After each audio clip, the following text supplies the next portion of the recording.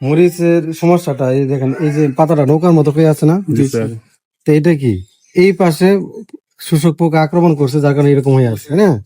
এটা হলো একটা জাপ পোকা, সাধারণ আছে আমরা আছে শোষক, এটা রস চুষে খায় এখান থেকে, তারপরে এরকম করে দেখায় দেয়।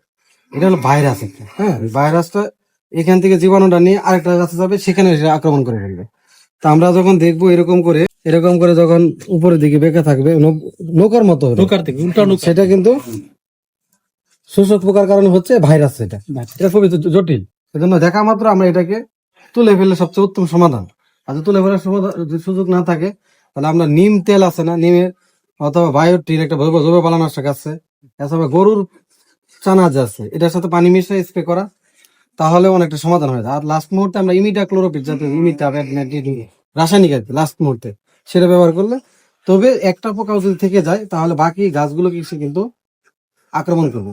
এই জন্য একটু সেন্সিটিভ, এই জন্য ভাইরাস আক্রান্ত গাছগুলো না রাখা।